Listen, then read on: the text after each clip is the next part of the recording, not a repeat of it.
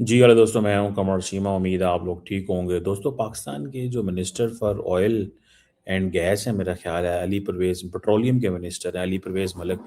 उन्होंने कहा है कि we don't have oil reserves like India.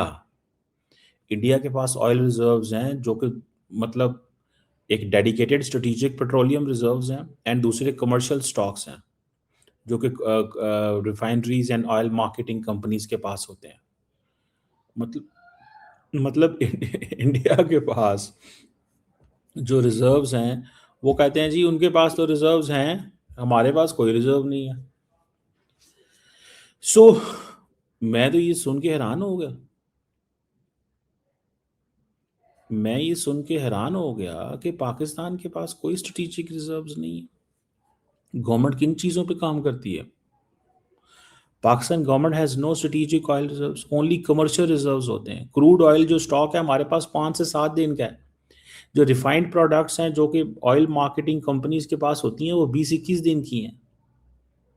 वो उसने कहा है हम इंडिया की तरह नहीं है जो 60-70 दिन का कंट्रोल करता है, रिजर्व्स कंट्रोल करता है। उसने कहा कि ये इंडिया का एडवांटेज है कि उसके पास लार्ज फॉरेन एक्सचेंज रिजर्व्स हैं, जो कि ज़ाहिर बात है, जो कि वो प्राइस, वो जो अब देखें ना, ये प्रॉब्लम है। This is something important to understand. Since India has foreign exchange reserve जो कि 700-800 600-700 800 अरब डॉलर आई थिंक उनके पास पड़ा हुआ है एक्स्ट्रा। तेल लेना मार्केट से, चलो 50 अरब डॉलर का, 30 अरब डॉलर का, 20 अरब डॉलर का तेल ले लो, हमारे पास पड़ा हुआ है। हमारे पास वो कोई नहीं होता, तो हम तो वो बाइंग ही नहीं कर सकते।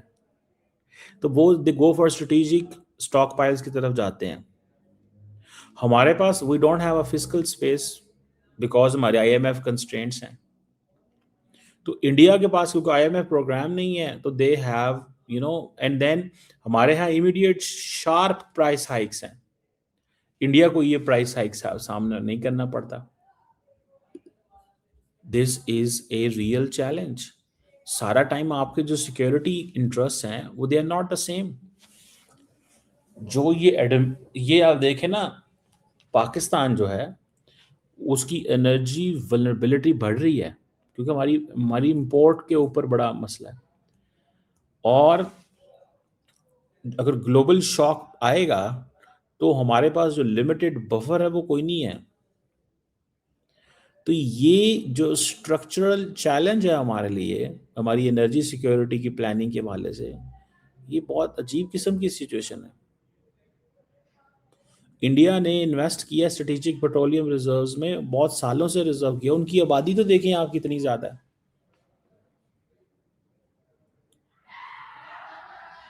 उनकी आबादी तो देखें। अच्छा, पाकिस्तान ने आज तक इसके लिए काम ही नहीं किया। कुछ अरसा पहले जो है इसके ऊपर काम किया गया था। कुछ अरसा पहले इसके ऊपर काम किया गया था। और अब क्योंकि हमारी एनर्जी सिचुएशन ये है कि हम फ्रेजाइल हैं, इंपोर्ट डिपेंडेंस, इकोनॉमिक कंस्ट्रेंट्स हैं एंड ऑल दिस, तो ये चीज़ें हमें नज़र आती हैं। और इंडिया के जो ऑयल रिजर्व्स हैं वो भी दो कैटेगरी में है, मैंने आपको बताया, strategic petroleum reserves and commercial.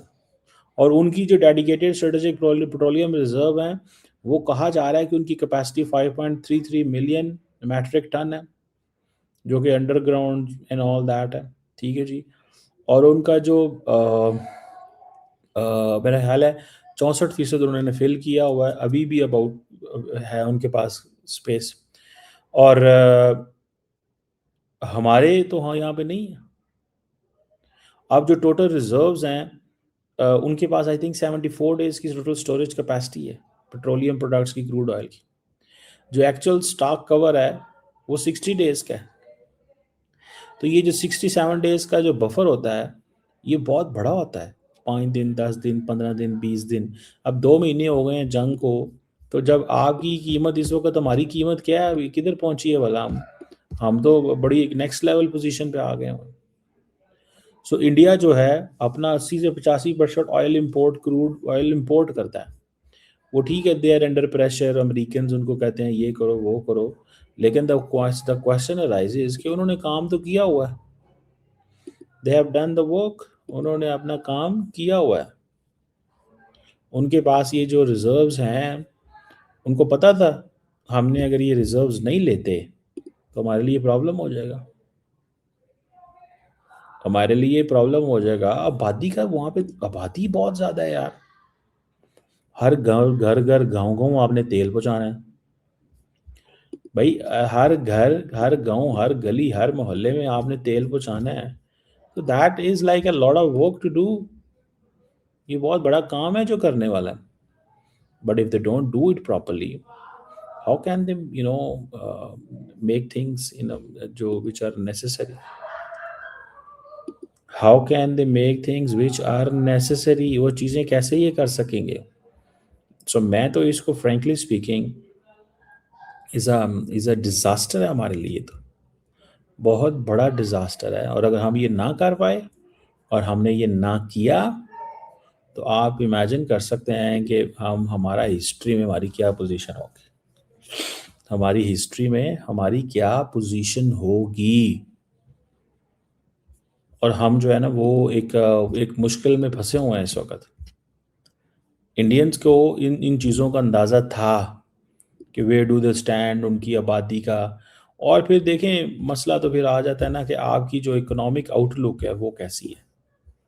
To be honest, अगर आपकी इकोनॉमिक आउटलुक ठीक नहीं है, आपकी इकोनॉमिक आउटलुक ठीक नहीं है, हमारे जो लोग हैं वो सारा टाइम सियासतदान ये वो लटरम पटरम फाड़ लो मारो, वो इसमें लगे हुए हैं, तो हम कैसे इसको चल सकते हैं यार, हम इसको कैसे कर सकते हैं। मतलब ये एक एक वो है आपके पास, वो जिसे कहते हैं ना, इज़ अ सीरियस प्रॉब्लम है आपके पास।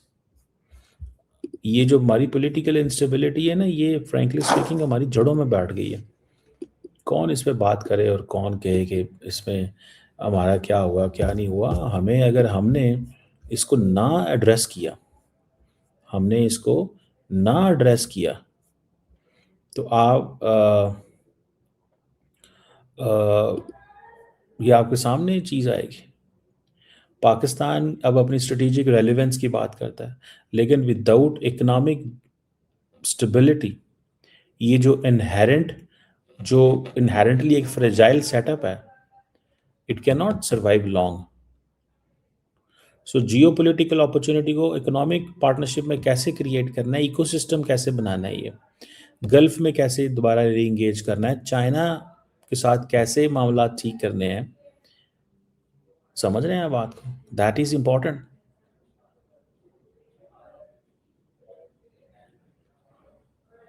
हमने अपनी मिलिट्री कैपेबिलिटी की तो बहुत बात की, हमने फील्ड मार्शल की बात भी की, हमने मार्का हक की भी बात की, सारी बातें की।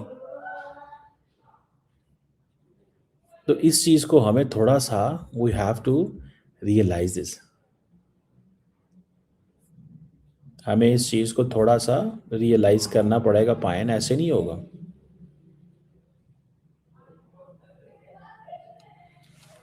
मैं ये समझता हूँ कि ये एक बड़ा इम्पोर्टेंट स्टेप है, और इसको थोड़ा सा हमें देखना चाहिए। ठीक है ना जी, इसको हमें थोड़ा सा देखना चाहिए और समझना भी चाहिए कि किधर किस डायरेक्शन में हम जाने वाले हैं। अगर हमारे पास तेल ही कोई नहीं है तो, सच्ची बात है ना, अगर हमारे पास तेल ही कोई नहीं है,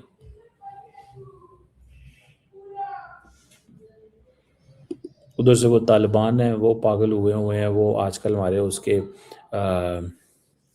जैसे कहते हैं ना, वो हमले करते रहते हैं। इधर हमारा ये फैक्टर भी है। तो आज इंडियंस बड़ा एंजॉय कर रहे थे, मैंने देखा है इसको, कि जनाब लो जी हमारे पास तो बड़ा तेल है, हम तो ये हैं, पाकिस्तान पीछे रह गया है, ये हो गया वो हो गया। समझ रहे हैं बात को, पाकिस्तान बहुत पीछे रह गया है। तो मैं तो इसको जब देखता हूँ तो I can fully understand this, कि this is a very very serious question. ये एक बहुत बड़ा और सीरियस क्वेश्चन है। How to address this question, इस क्वेश्चन को एड्रेस कैसे करना है, और क्या इसका जो है वो हमारे लिए आउटकम निकलेगा अगर if it it it continues like this way. अगर ये चीज़ें इसी तरह जारी रहती हैं तो हमारे लिए क्या आउटकम होगा। हम क्या दुनिया से यही कहते रहेंगे? समझ रहे हैं बात? सो अ सीरियस जो है ना एक चैलेंज है हमारे पास। एंड और वो हमें नज़र आ रहा है कि हमारे पास uh, वो जो मिनिस्टर ने कहा है कि हम इंडिया की तरह नहीं है जो इतने लंबे चौड़े ऑयल रिजर्व्स रख के बैठे हुए हैं। तो ये सोचना तो पड़ेगा ना भाई, ये थोड़ी आप लॉजिक दे सकते हैं कि जी हम वो इंडिया ये इंडिया वो। हमने तो मतलब क्वेश्चन ये है कि हम कोई भी जो क्राइसिस है ना, ज़रा इसको अगर मैं थोड़ा इस अंदाज में देखूं, हम किसी भी क्राइसिस के अंदर परमानेंट नहीं रह सकते।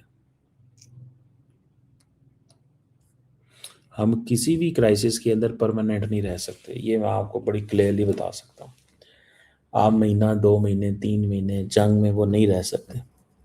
और मैं आपको बात बताऊँ, पाकिस्तान का तो फ्रेमवर्क भी बाय द वे है ही ऐसा कि हम जो जंग जो है वो उसके अंदर ये फंसे हुए हैं। अगर ये जंग ज़्यादा जारी रहती है, लंबी देर रहती है, ठीक है, तो इट्स अ सीरियस सिचुएशन हमारे लिए। ये हमारे लिए एक बहुत सीरियस सिचुएशन बन जाती है।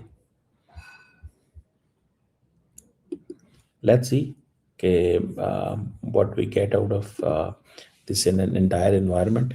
लेकिन this will not continue for long time. ये ज़्यादा अरसा चीज़ें नहीं चलेंगी भैया। अगर आपने इसको इसी तरह ही वो लेके चलने की कोशिश की या इसको इसी फ्रेमवर्क में रखा कि खैर है कोई बात नहीं, ये वक्त गुजर जाएंगे। हमारी असल प्रॉब्लम तो हमारी सोसाइटल सिक्योरिटी है, हमारी गैर रवायती सिक्योरिटी हमारा प्रॉब्लम है। सोसाइटल सिक्योरिटी हमारा प्रॉब्लम है। तेल नहीं होगा, बिजली नहीं होगी, पानी नहीं होगा, इकॉनमी ख़राब हो गई, ठीक है, तो फिर तो हम तो गए, मतलब हम तो गए।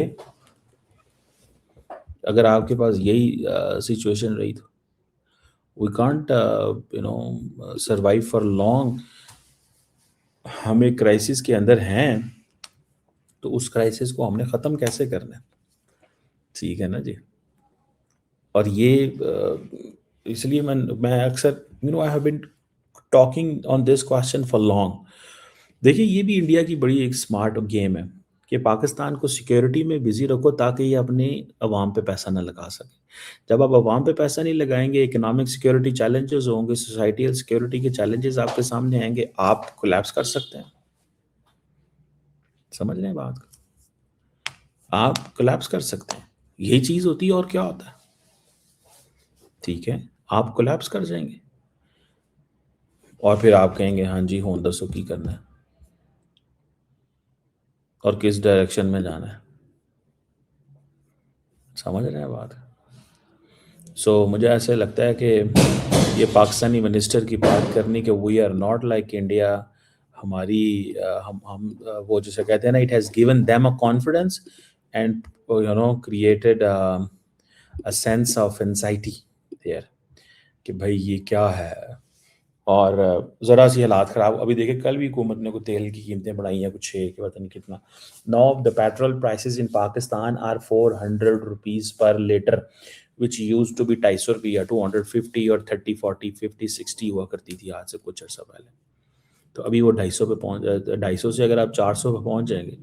मैंने अभी ये पिछले हफ्ते कुछ ट्रैवल किए हैं, मुझे लग समझ गई है दी मेरा जो गाड़ी का जो टैंक है, जो पहले अगर फॉर एग्ज़ाम्पल भरा था 10-12 हज़ार का बनता था, आज वो 18 हज़ार का बढ़ रहा है। तो वो दी बर्डन मेरे ऊपर शिफ्ट हो गया ना, and that's how the burden is shifting to the entire society के ऊपर। जो आपका बर्डन जो है वो शिफ्ट हो रहा है इस वक्त। जो बड़ी गाड़ी है, मैं अगले दिन अपने दोस्त के साथ बात कर रहा था, उसका जो मेरा ख्याल है 3500-4000 सीसी है, वो कह रहा था जी मेरी गाड़ी में जो है वो 5600 सीसी 56,000 का तेल डलता है वन टाइम। तो अगर कहता है मैं इस्लामाबाद जाऊँ इस गाड़ी के ऊपर, तो it will cost me, Lahore से इस्लामाबाद, तो it will cost me about 1.5 lakh रुपए का ट्रिप। 1.5 लाख रुपए का ट्रिप। आगे से आप जो है वो खुद ही अंदाज़ा लगा लें। 1.5 लाख रुपए का trip, you know, it's a lot of money. आप इस 1.5 लाख में जो है वो हो सकता है टर्की की रिटर्न टिकट मिल जाए आप, and then you are travelling with this. So ये is getting costly, and it's a national priority होनी चाहिए हमारी गवर्नमेंट की टू मेक दिस हैपन।